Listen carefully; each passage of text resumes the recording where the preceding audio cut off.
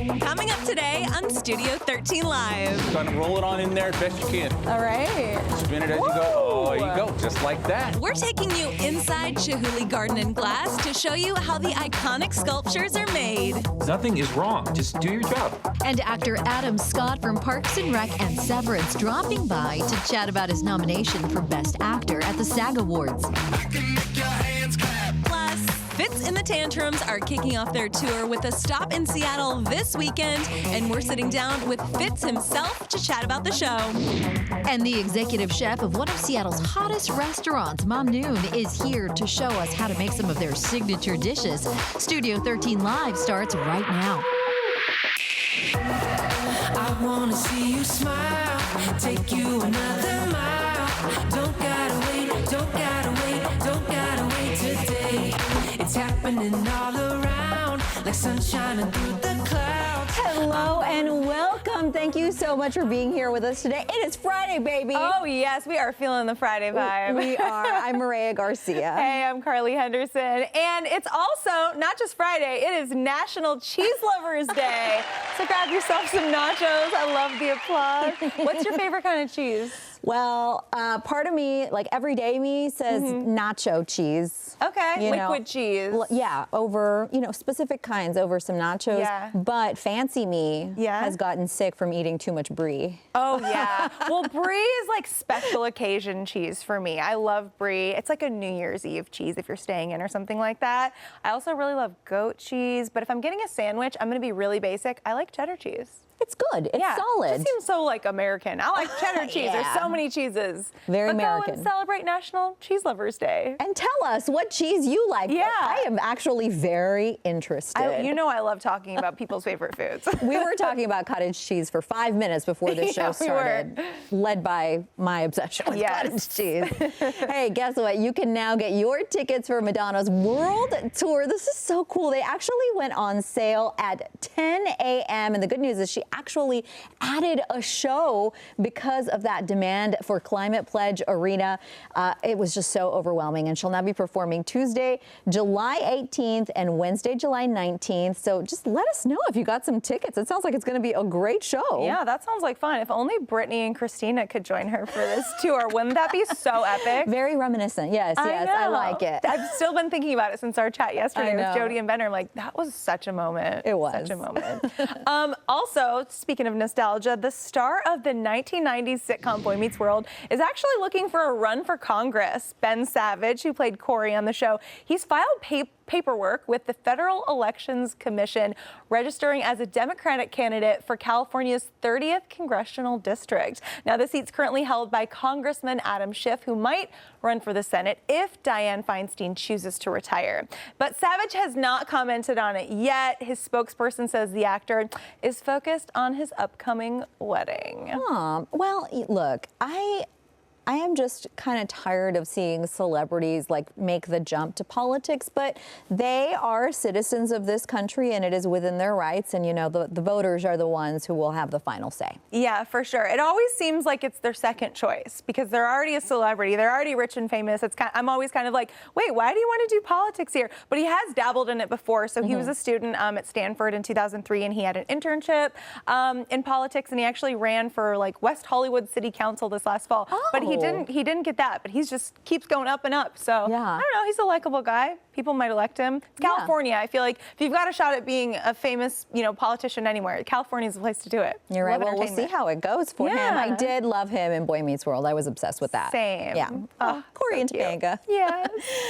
Chrissy Teigen and John Legend have announced the name of their newest bundle of joy. This very gorgeous couple having the cutest babies.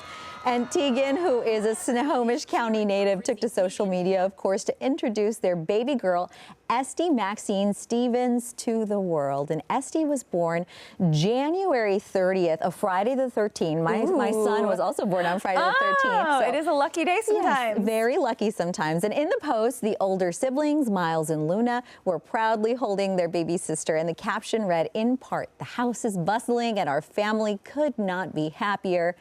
Este's name is a Latin origin. It means little star, of course, and this all comes after the couple, of course, revealed back in 2020, just such a tough year for them that they lost their son Jack at 20 weeks. So congratulations to them. Huge congrats to them. I'm so happy for them. That's such a cute name too. Yeah. Este. Very sweet. Adorable. And yeah, I think everyone was rooting for her, especially after she shared just publicly going through that miscarriage. I know my friends who have suffered that really appreciated her talking about that, because it's something so many people go through. Not to like bring the mood down here. We're excited here. We're excited We're for her. happy for her. But yeah, I think it just makes us all root for her even more when this wonderful bundle of joy join the world. Yeah. It's so exciting. Okay, did you know that pickleball is the official state sport of Washington? Yeah. Well, this pretty underrated sport, if you ask me. It's getting some love with the new pickleball contest for a huge grand prize. Yeah, and in fact, 4 tennis legends, Andre Agassi, John McEnroe, and Andy Roddick, Michael Chang, all trading in their tennis rackets for pickleball paddles, and they will be competing head-to-head in the inaugural Pickleball Slam for $1 million. It's a tough game, actually. It is, but it's like a little bit easier than tennis. I actually have my own pickleball paddles and ball and all of that stuff. It's really fun to play. I actually joined some senior citizens back when I was in Chicago for a day and hung out with them and played pickleball. Made me very excited to turn like 60 and have that just social group and hang out and play pickleball. It's a fun thing to do. It's really fun. I like it. And it's slower than tennis, so you don't have to run as fast. The ball goes a little bit slower. I was playing pickleball, and then like a tennis ball kind of popped over to our court, so we're like, well, let's hit this around a little bit.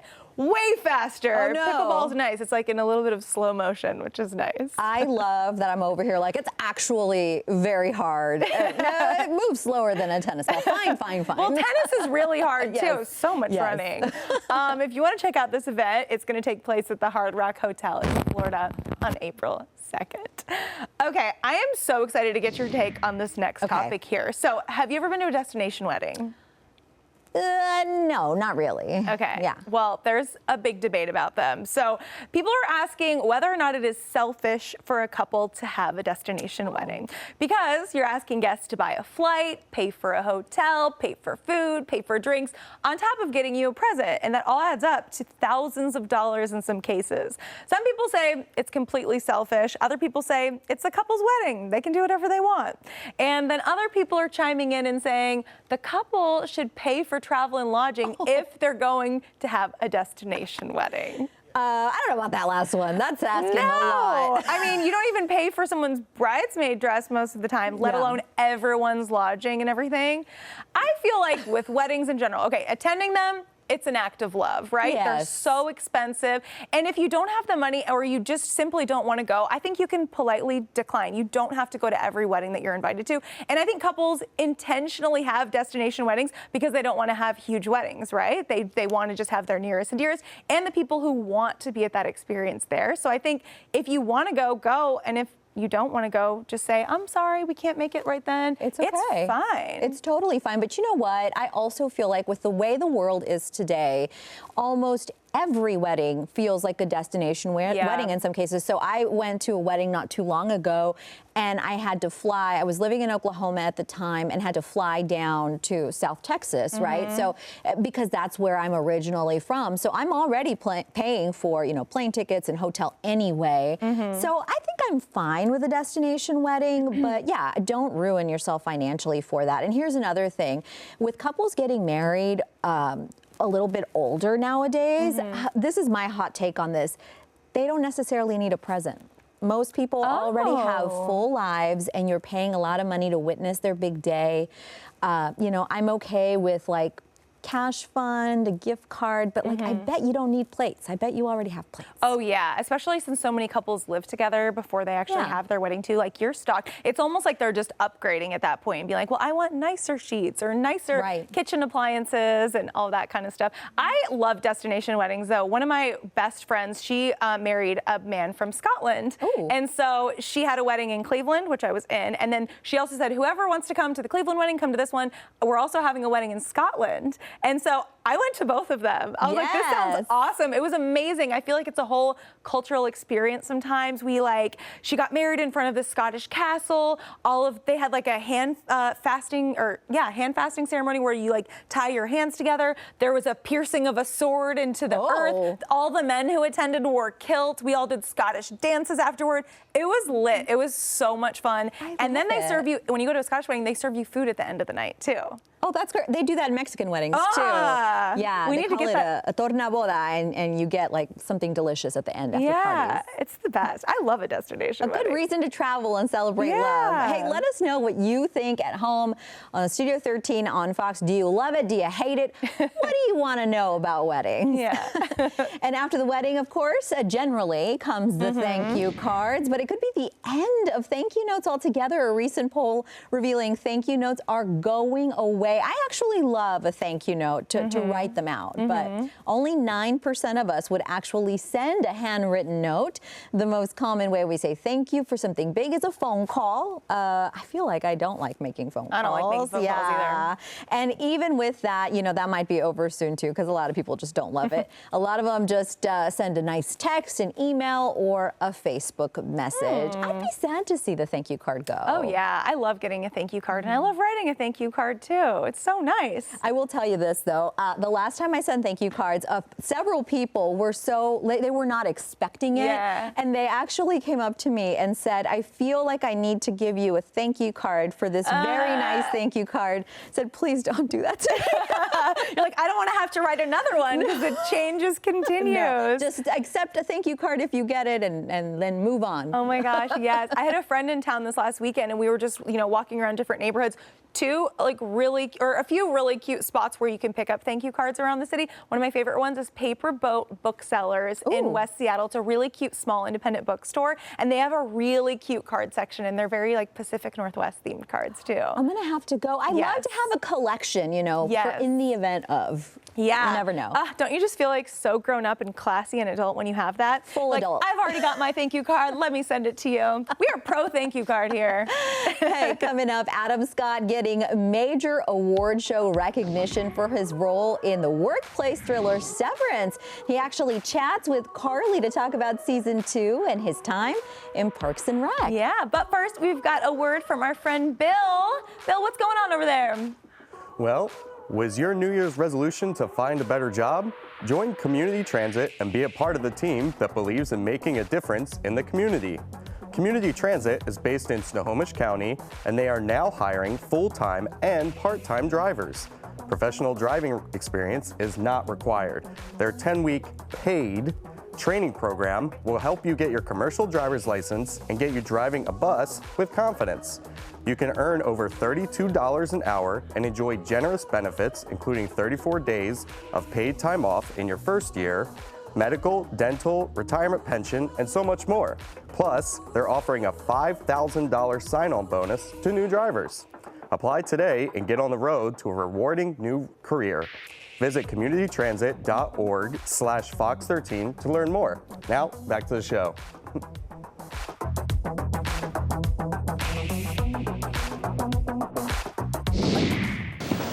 You find out what happened? She's in the break room. Is it because of us? And we're not allowed in the outer hallways anymore till we hit quota. So no more interdepartmental visits. That is Adam Scott in the Apple TV Plus show Severance, one of the biggest shows of 2022. Joining me now is Adam Scott. Adam, huge congrats to you, first of all, because you were just nominated for Best Actor in a Drama Series for your show Severance at the 2023 SAG Awards. That is awesome. What does it feel like to be you right now and kind of getting that recognition? It's incredible. I mean, any recognition is really flattering and nice, and for the ensemble, it's really great because we have such a great group of actors. But coming from SAG, it's extra special because it's being recognized by your peers, by your fellow actors. So I couldn't be more honored.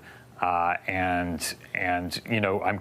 company I'm keeping in the actor category is unbelievable. I'm honored to be in a sentence with those guys, let alone a category having anything to do with acting. So it's crazy, and I'm just thrilled. That's going to be a fun award show.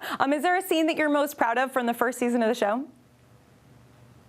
You know, I just feel like the show as a whole is something I'm so deeply proud of, and to be, you know, in that ensemble of actors, I couldn't be more proud.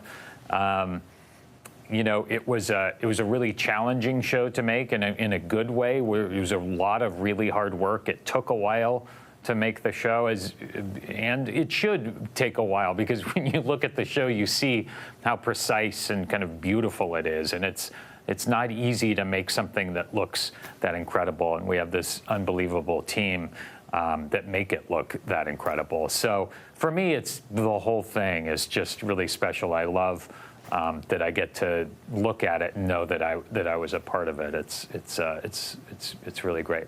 Amazing. And I have to tell you, we are huge fans of Parks and Rec around here. So The Office was a buzz when word got out that I was chatting with you today. And I know that the Parks and Rec castmates are still pretty tight. When you all get together now, what do you talk about? What are those hangouts like, and what do you kind of reminisce about?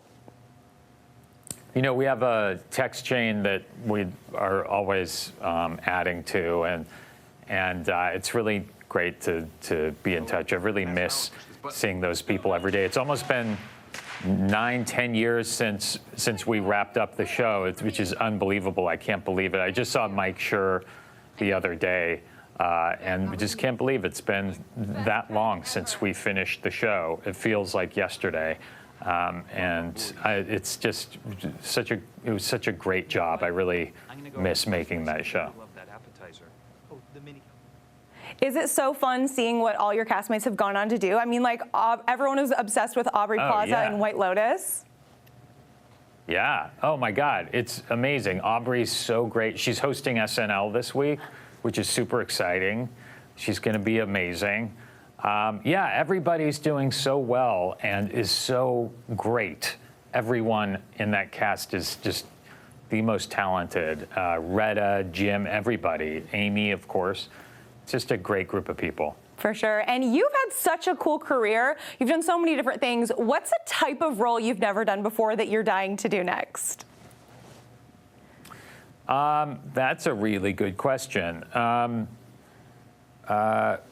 Maybe a window washer who washes windows on skyscrapers. Never done that. I like that. I like that. But also solves crimes. Ooh, from their like bird's eye view. I'm into that. I feel like maybe we should write this into a script here. Yeah. I was actually at the Space Needle a couple of days ago filming a segment, and they were like, would you want to do a window washing segment? Adam Scott wants to do it. Maybe I should do it too. It's great. We can collaborate on this. We can. I'm excited. I know you're filming Severance Season 2 right now, right? Yeah. Can you give us a little tease for how things are going to be kind of taken to the next level next season? I really can't. I mean, if I did that, a trap door would open beneath me and I would disappear, and you would never hear from me again. Well, we don't want that to happen. You've got a lot going on. Adam Scott, thank you so much for chatting with us, and congrats again. Thanks, Carly. Thanks for having me. Of course. We'll talk to you soon. Coming up, we're sitting down with Seattle Jazz Fellowship to hear how they are uplifting local artists with a benefit concert this weekend. Plus, I had the chance to catch up with Fitz from Fitz and the Tantrums about their new album and tour starting this weekend. They're coming to Seattle. Stick with us. We'll be right back.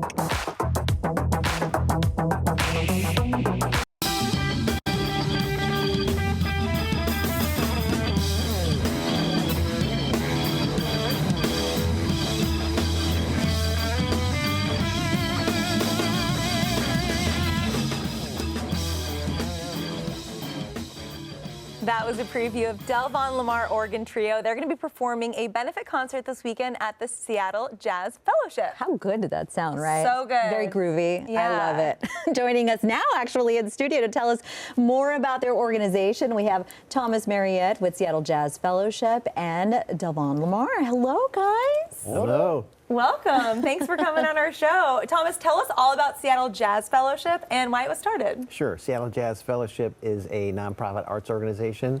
Our primary purpose is to promote jazz music and jazz culture at the local level. And the reason why it was founded 2 years ago is that our jazz community here in Seattle is really in a critical situation. There's no place for local musicians to play. There's no local club, and that's the first time that's been the case in almost 100 years of jazz history here in Seattle. We have a great community of musicians with no outlet, and we have an audience with no place to hear them.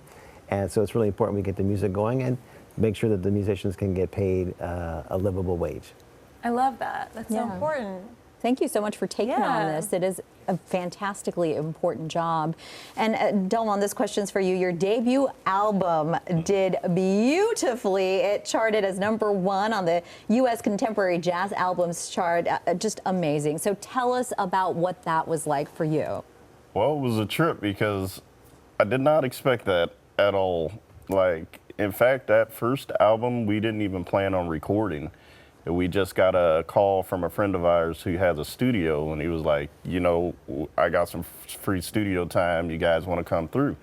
And so we were like, yeah, we didn't have any music, so most of the music on that album was actually finished in the studio in real time. And yeah, that's as far as I thought. I thought we just recorded an album, we'd play like some Pacific Northwest, but it was just like, it just blew up. Congratulations. That's incredible. That's almost like the best way for it to happen, though, because then it's super organic. You're just kind of jamming out, and then people love what you're putting out. Yeah, pretty much. Oh my gosh, that's awesome. And I know 100% of the ticket sales from this concert this weekend, they're going to go to the Seattle Jazz Fellowship. Talk to us all about the event and kind of how that money is going to make a difference for local musicians. Sure. The event is, like you said, Sunday at 2 o'clock at the Royal Esquire Club, which we're really excited about because it's the oldest black social club in Seattle, founded in 1948. They have been great to work with. The event features my awesome friend, Delvon Lamar Organ Trio, and the event raises money to fund music and musicians in our community. We run a variety of programs. The money funds those programs. Fellowship Wednesday is our primary one, which starts also next Wednesday. It's our regular showcase of local jazz artists at Vermilion Art Bar on Capitol Hill. And Delvon, I mean, I remember when I was in grade school, we still had music class, and I feel like that's almost a thing of the past now. What does it mean to you that people are working to push music to the forefront? What does it mean to your life? Oh man, it's very important because, you know, one of the things, like when I was a young musician, one of the things that actually helped me become the musician I am today was going out to see cats like Tom. It's like they were kind of the older cats from me, and you know, there was really, you know, we couldn't get any bars, we weren't old enough, and like all the Killing Cats were playing, you know, and so I used to sneak into these places. I drag my trumpet around and try to be just like this guy. And so like it's hugely important that Seattle Jazz Fellowship is doing what they're doing because it needs to happen, you know. It just definitely needs to happen. So what does that feel like to hear that? Oh, and you know, it's humbling. Are you blushing behind those glasses? I think what he said is really important, though, because all musicians learn and grow in a community of other musicians, you know, and where is our community? If there's no place for the next Delvon to sneak in and hang out, where will the next one come from? So it's important that those opportunities exist. Exactly. And, you know, it's not just the event this weekend where people can kind of come out and get involved. What are some of the other, you know, events and things going on at Seattle Jazz Fellowship? Yeah, so Wednesday starts our regular series of shows at Vermilion Art Bar called Fellowship Wednesday. It's a great opportunity to hang out, hear a different local band every Wednesday. And then also on Saturday, the 28th, we have Julian Speaks, which is our listening session and hang with Julian Priester, our artist in residence. He was with John Coltrane and Duke Ellington and Max Roach and Ray Charles, and he's played with icons. Everybody. And he lives right here in Seattle. He's 87 years old. Wow. And so we make him sort of our mentor in chief and it's a free event at Langston Hughes at 1 o'clock. That's so awesome. So great. Thomas Delvon, thank you so much for joining us. It was just fabulous to have you here today. Thanks for having us. Yes, and you can catch Delvon Lamar Organ Trio performing at the Royal Esquire Club this Sunday. Be there. Be there. And we've got more information about the Seattle Jazz Fellowship and the event up on our website, fox13seattle.com. Just click on Studio 13 links. And coming up after the break, I got the chance to try my hand at glass blowing at Chihuly Garden and Glass. This was such an amazing experience. I can't wait for you to see it next. And this is not a one-way conversation. We want you to join in. We're always happy to hear from you on social media or any way you want to get in touch. You can find us on Instagram, Twitter, Facebook, TikTok, and YouTube under Studio 13 on Fox.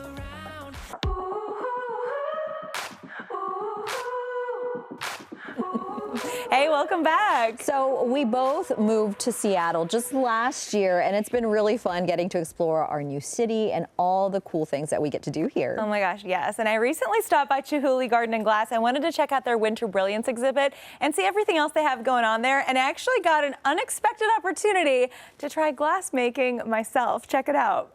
Winter just got a little brighter here at Chihuly Garden and Glass. Let's check out everything they've got going on here. This is such a vibrant space. Tell me all about what people can experience here. Well, at Chihuly Garden and Glass, we have 8 beautiful galleries inside. And then, of course, we're standing in the garden, which is one of the most dynamic spaces because it changes all the time. Every season, you can see something different in here. And, of course, the centerpiece is the glass house. The glass house is so Instagrammable, I have to say. I bet everybody just comes in and takes the coolest photos. We get to see people do all kinds of things when they go into the glass house. What kinds of things? One girl, she came in and just did cartwheels all down the middle. Tell me about your special winter exhibit. Absolutely. We opened Winter Brilliance, and the installation itself is made up of chandeliers and towers and icicle forms. Throughout the winter season, we offer this interactive light and sound choreographed experience for our guests. Tell me about the glass in the garden. How did this sort of come to be? Dale Chihuly started exhibiting in all kinds of unique places. Gardens, he started in early 2000. And this garden is different than any other garden he's created because this one, he created it from the ground up. Usually, he's installing glass with plants as the backdrop, but in this garden, he created from the bottom up. And what are you hoping people kind of feel when they come here or take away from visiting? Everybody finds some inspiration or some way to be inspired by what they see. So we're here in the garden where we are surrounded by all of these colorful glass sculptures right underneath the Space Needle. I mean, does it get more Seattle than that? So we're in the glass house now, underneath a 100-foot-long suspended sculpture, one of Dale Chihuly's largest. Clearly, it's beyond stunning.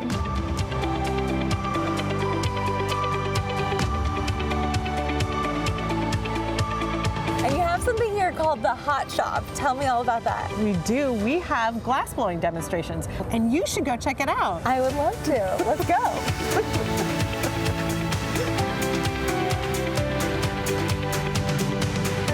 Hey, Paul, what's going on over here? Morning, Carly. How are you? You look busy. Oh, yeah, busy. Whoa! So we're in the Hot Shop. Paul, tell me all about what happens here. Well, this is the community hot shop at Chihuly Garden and Glass. What we do is offer a glimpse into how the work in the exhibition was actually made. The bonus is that we can take the work that we make, we walk it across the street to the Space Needle where it's for purchase, and all the proceeds go towards the local art scene. Very cool. And tell me all about this Airstream trailer. This is so cool. So we have a 1967 Overlander, Airstream Overlander trailer that we turned into a fully functioning, fully mobile glass blowing studio. Nice. What are the steps to blowing glass? First, you have to gather the glass, the molten glass, out of the melting furnace. We add a little bit of color. You inflate it, you manipulate it, and you load it into the annealing oven where it cools down, and it's ready to go. You studied with the legend, Dale Chihuly himself. Yes, I got to work with. I got to work with Chihuly back in the late '80s, all through the '90s, traveling around making stuff. It was phenomenal. He's an amazing man. is responsible for where the movement is, the studio glass movement is at this point in time. Anybody that does this for a living owes a giant debt of gratitude to the guys. So Carly, this is something we don't normally do, but would you like to help me try to make a piece right now? Yes, I would love to. All right. I'm a little scared, but That's okay. I I'll trust guide you through it. I won't let you catch on fire. All right, so what are we gonna make? So I need help with a paperweight. You can go ahead and sit down at the bench. I'll take this first gather, and I'll bring this over to you. Okay. So what you want to be careful of is where you touch the pipe. I'm amazed we can even touch the same metal that's touching something that's 1,000 or 2,000 degrees. But just kind of roll it on in there as best you can. All right. Spin it as you go. Oh, there you go. Just like that. We got it. You can really feel the glass moving around. Yeah. I feel like I'm making it a little bit misshapen. You're doing a fine job. Okay. Go ahead and have a seat. All right.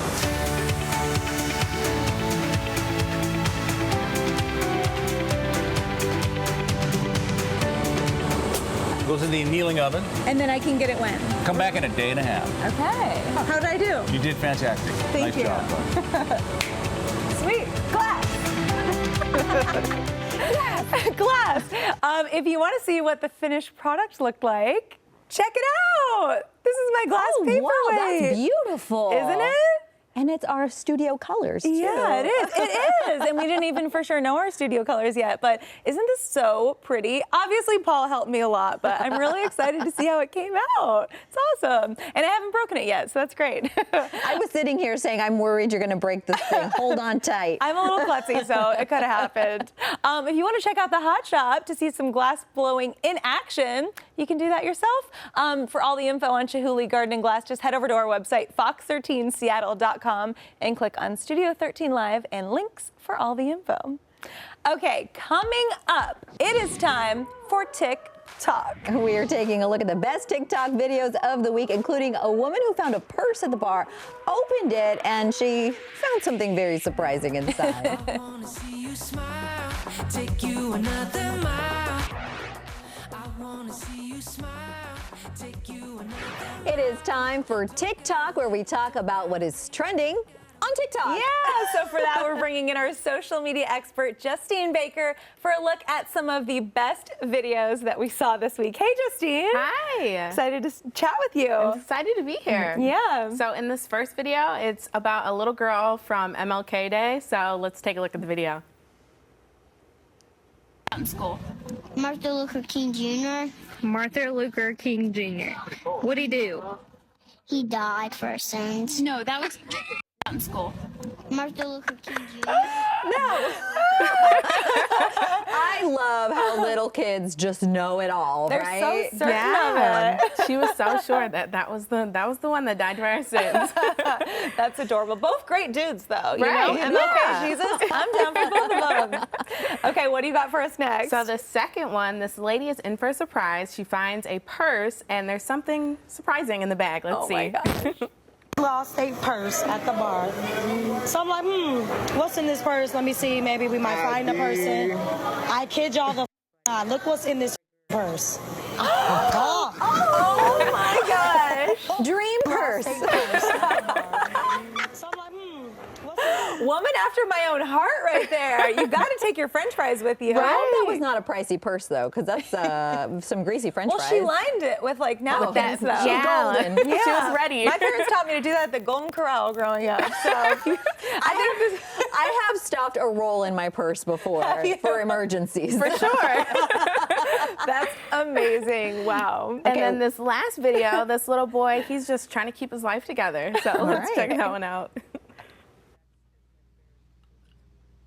You're doing so good. You're not spilling any. Okay, now watch the step. Go slow over the step. There you go. Good job. Oh, we spilled a little, but that's okay. Oh, don't look at it. Oh. Did you panic? It's okay. It's okay. Your sock got wet and you panicked. It's all right. Yeah. I love Mom's narration.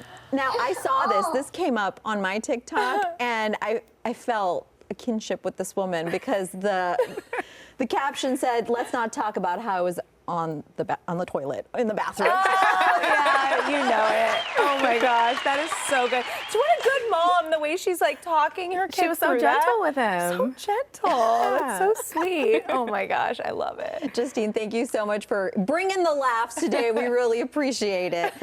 Coming up, Fitz and the Tantrums will be performing in Seattle this weekend. Yeah, I had a chance to chat with Fitz about life on tour and their new collaboration with Fantagram. We'll be right back with that.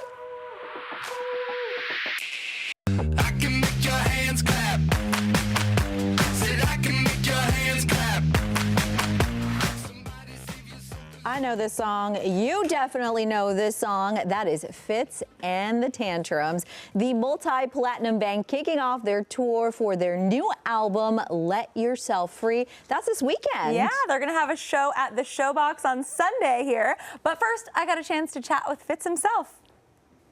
Joining me to chat more about the band and his new music, we've got Michael Fitzpatrick, a.k.a. Fitz from Fitz and the Tantrums. Hello, how are you?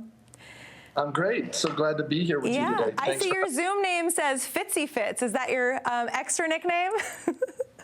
You know, it was that thing at the beginning of the pandemic. I had to get on Zoom, and I wasn't even thinking of it. It's like those early AOL days where you picked like some silly name, and then you can't figure out how to change it, and then you have to walk with the shame of whatever silly name you came up with. So, for better or worse, it's Fitzy Fitz on the Zoom. Fitzy Fitz, we're glad we have you here. No shame at all.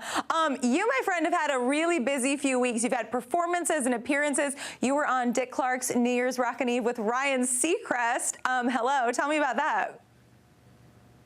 Oh, you know, that is always so fun. That's the second time we've done it. I just love being a part of the New Year's celebration. We had also done Macy's Day before that. Right after that, we did the Rose Parade. I mean, it was a very busy month for us, but it was so fun to get to do all those things, especially doing the parades and getting to connect with fans and be on the floats. It was awesome. No, that's so fun, especially after kind of being halted for a couple of years. I'm sure it felt so good. It really has. You know, for musicians that make their living on the road, you know, COVID was a very intense experience. We were lucky enough that we did a lot of weird, lame virtual things at the beginning. And then we were actually one of the first bands to get out there and travel all over the U.S. and start playing shows. And we really got to see every version of COVID and precaution that every American had to offer. From one day we're in a show with 6 feet distance apart on little platforms for each audience, and then the next day we were in another state, full indoor, full capacity, no mask. I mean, it was like this from day to day. Oh my gosh, such a roller coaster. And I want to talk about, you know, the new music that you've been coming out with. You know, Let Yourself Free is out now. What can people kind of expect with this chapter of your music? Well, you know, I think this album, Let Yourself Free, is really sort of a product of this experience that we all, not just in one city or state or even our country, but the whole entire world just went through this experience. And having lived through that, I saw so many instances of missed graduations, delayed weddings, you know, just so many things that had to be put on hold. And we really wanted to make a record that was a celebration of like the world coming back. Let's go out there. Let's go chase after everything that we've been putting on hold for the last few years. Let yourself free. Let's go crazy. The world is back. For sure. And, you know, Moneymaker, everyone's loving that single. And we also love the remix that you did with Fantagram. What was it like, you know, working with them or hearing the remix when they completed it? Was it collaborative? You know, that's the thing. We've known those guys for a long time. Noel and the band's always been good buds with them, huge fans of them. But I love giving another artist the files and see what I get back with, because I did. But as soon as I heard it and Noel heard it, we just fell in love with it. So it's always fun to see other people's interpretation of a song you wrote. No, it's so good. I was driving to work this morning at like 5:30 in the morning, jamming out to it, getting ready for this. So good at all hours, I'll say that, whether you're waking up or going to bed. Any fun stories from like past tours or anything you want to tease about this upcoming tour? Because you're coming to Seattle this weekend. We are, you know, and, you know, Seattle's always been a huge supporter of us from the very first time that we came there when we were nobodies. this show is going to be, you know, anybody that's seen us live knows we put on a high energy dance party. And I didn't think there was room to elevate it, but there are just so many straight bangers on this new record that just make you want to dance, that once we put them into our set, we all looked at each other when we were in rehearsals for the last few weeks and we're like, am I crazy or does this just feel like explosive right now? And this tour is great because we're trying to, you know, go back to our roots and play some smaller theaters. And that's my favorite gig to play. A smaller theater, like 1,000 people, 4 walls, contain that energy and see if we can make a combustible engine together, the band and the audience. So I'm super excited. I'm super excited too. What is the one item you must take with you on tour? Oh, definitely clean socks and underwear, but I would say really good coffee. That's a must for me. I'm a coffee fanatic, so I need my cup of coffee in the morning and a good cup of coffee to make me have hope for the rest of the day. Well, we here in Seattle can't wait to check you out. Fitz, thank you so much for taking the time to chat with Studio 13 Live. Oh, can't wait to be back with our Seattle peeps. We'll see you guys very soon. We'll see you soon. You can catch Fitz and the Tantrums performing at the Showbox in Seattle this weekend. We've posted all the info on our website, fox13seattle.com. Just click on Studio 13 links. Okay, still ahead, it is consistently called one of the best restaurants in our area. Coming up, the executive chef of Mamnoon joins us on the show. Going to be showing off some signature dishes. I wanna see you smile.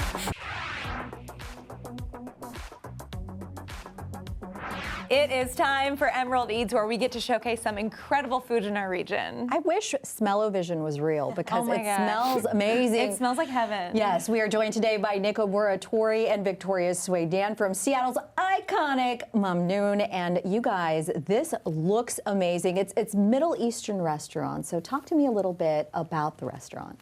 Yeah, so Mamnoon, it's been there for 10 years on Capitol Hill. We do modern Middle Eastern cuisine, focusing on the Levantine region, with a specific focus on Syrian cuisine, Lebanese, and Persian cuisine. Ooh, I've never had Syrian food, so I'm excited for this. Awesome. This is awesome. What does the name Mamnoon mean? It means thankful or grateful. Oh, I love that. So- Big fan of gratitude, so I like that name a lot. That's awesome. And then you source a lot of stuff from the Pacific Northwest, right? Absolutely, yeah. We try to get as much as we can from local farms.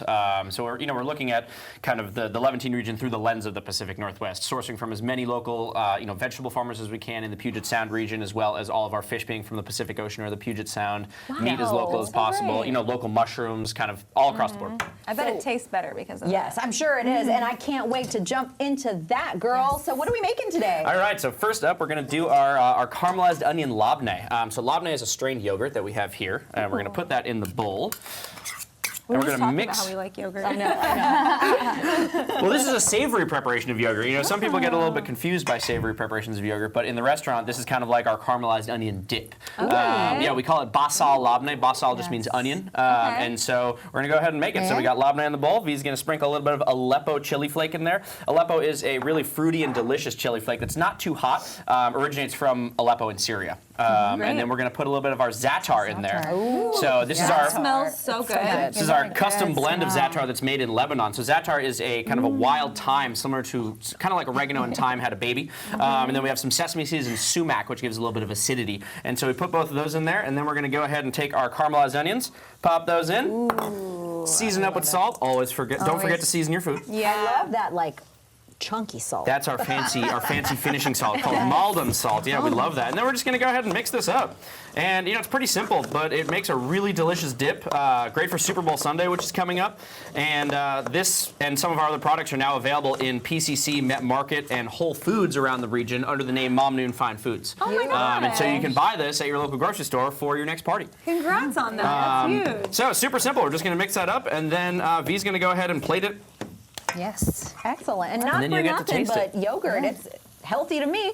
Absolutely, yeah. healthy to It's me. it's a And very all those onions? We're getting like yummy veggies in So, here and then too? my favorite thing actually with this is not only just like as a dip or a spread, it's a spread on my bagel.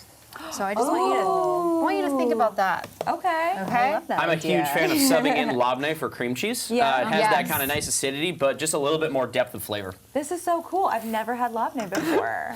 Awesome. Well, we're going to go ahead and garnish it up. Okay. And what are we garnishing with? Is that So we have basil, dill, parsley. I love dill. A little bit of mint too. Yeah. all good personal things. Herbs add so much flavor. Yes. That is so pretty. And then, last but not least, a little bit of olive oil on top of there. Oh, beautiful. This is some nice Moroccan olive oil from the Atlas Mountains. Super fruity and delicious. We love this olive oil. This has to be like the So- prettiest food we've ever had. For you guys. Oh, and I love the presentation and the wood spoon and all of it. That's exactly how we serve it in the restaurant. Beautiful that is. This is gorgeous. Gosh. And so do we dip something in it or do we just... We've got a whole bunch of things you can dip in there, so go for it. Or how does this work? You take I'll whatever take you a want. Those little are our Zatar crunchy gluten-free chip. crackers that we make at the restaurant. We've got some crudité and then some of our fresh pita. Yeah. We like Oh to my offer a large array of things in which to dip at the restaurant. So good. Yeah. It was bursting with flavor. It really is. What else do you got going on over there? So our second dish that we're going to do today is fateh. So fateh is a pretty traditional dish where we take leftover pita from the day before, and it's traditionally eaten as a breakfast dish. And so we actually like to fry our pita, make it nice and crispy. Yeah. And so in the bowl we have some of our crispy pita, and then we have some garlic yogurt. So more yogurt. Yeah. bring This it on. time with some garlic and tahini in there, so a little bit of sesame butter in there, and this is just kind of really classic version of garlic yogurt that we're going to spoon right on top of our pita chips.